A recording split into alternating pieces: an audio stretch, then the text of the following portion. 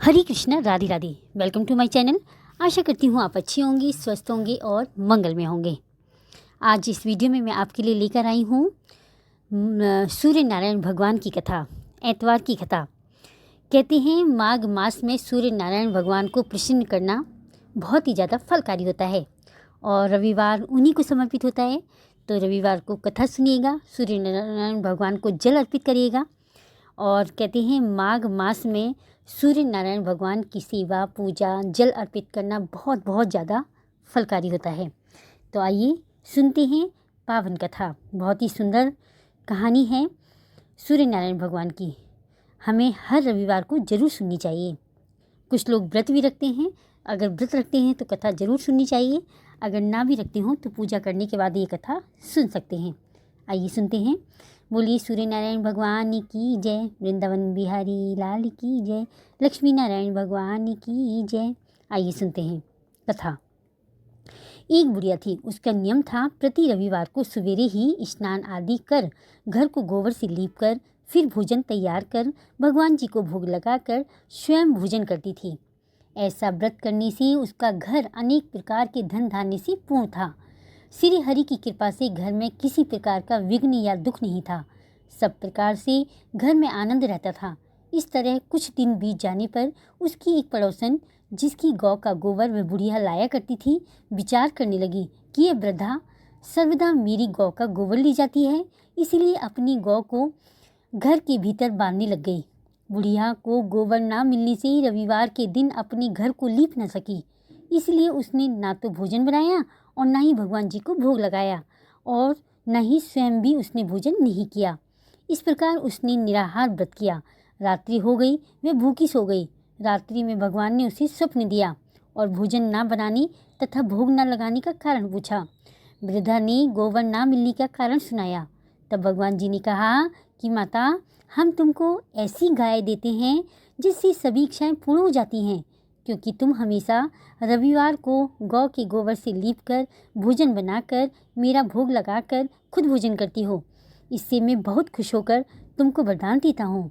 निर्धन को धान और बांझ स्त्रियों को पुत्र देकर दुखों को दूर करता हूँ तथा अंत समय में मोक्ष देता हूँ।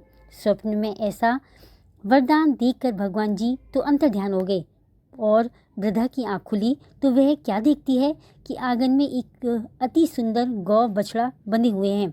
वह गाय और बछड़े को देखकर अतीत प्रसन्न हुई। उसको घर के बाहर बांध दिया और वही खाने का चारा भी डाल दिया।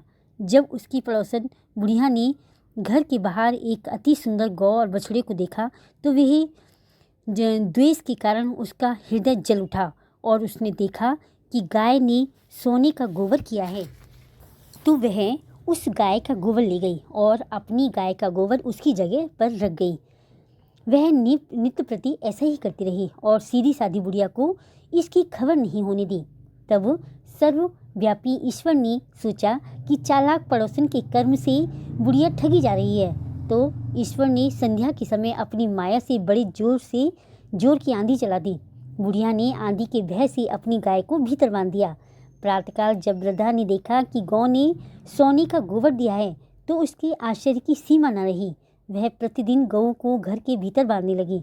उधर पड़ोसन ने देखा कि बुढ़िया गऊ को घर के भीतर बांधने लगी है और उसका सोने का गोबर उठाने का दाव नहीं चलता है, तो वह ईर्ष्या और जलन से जल उठी और कुछ उपाय न देख पड़ोसन ने उस देश के राजा की सभा में जाकर कहा, महाराज, मेरी पड़ोस में एक वृद्धा के पास ऐसी गाय है जो आप जैसे राजाओं के योग्य है।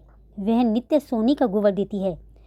उस सोने से प्रजा का पालन करिए। वह वृद्धा इतनी सोने का क्या करेगी? राजा ने यह बात सुनकर अपने दूतों को वृद्धा के घर से गऊ लाने की आज्ञा दी। वृद्धा प्रातः ईश्वर का भोग लगा भोजन ग्रहण करने ही जा रही थी कि राजा के कर्मचारी गऊ को खोलकर ले गए। वृद्धा काफ़ी रोई चिल्लाई, किंतु कर्मचारियों के समक्ष कोई क्या कहता। उस दिन वृद्धा गऊ के वियोग में भोजन न कर सकी और रात भर रो रोकर ईश्वर से गऊ को पुनः पाने के लिए प्रार्थना करती रही। उधर राजा गऊ को देखकर बहुत प्रसन्न हुआ, लेकिन सुबह जैसे ही वह उठा सारा महल गोबर से भरा दिखाई देने लगा। राजा यह देख घबरा गया। भगवान ने रात्रि में राजा को स्वप्न में कहा कि हे राजा, गाय वृद्धा को लौटाने में ही तेरा भला है। उसकी रविवार के व्रत से प्रसन्न होकर मैंने उसे गाय दी है। प्रातः होते ही राजा ने वृद्धा को बुलाकर बहुत सा धन के साथ सम्मान सहित गौ बछड़ा लौटा दिया। उसकी पड़ोसन को बुलाकर उचित दंड दिया। इतना करने के बाद राजा के महल से गंदगी दूर हुई। उसी दिन से राजा ने नगरवासियों को आदेश दिया कि राज्य की तथा अपनी समस्त मनोकामनाओं की पूर्ति के लिए रविवार का व्रत रखा करो। व्रत करने से नगर के लोग सुखी जीवन व्यतीत करने लगे। कोई भी बीमारी तथा प्रकृति का प्रकोप उस नगर पर नहीं होता था। सारी प्रजा सुख से रहने लगी। अगर ये छोटी सी वीडियो अच्छी लगी हो तो लाइक करें, कमेंट करें, अपने फ्रेंड्स में ज़्यादा से ज़्यादा शेयर करें। मीनूज़ लाइफ स्टाइल को सब्सक्राइब करें ऐसी ही अच्छी अच्छी कथाएं सुनने के लिए।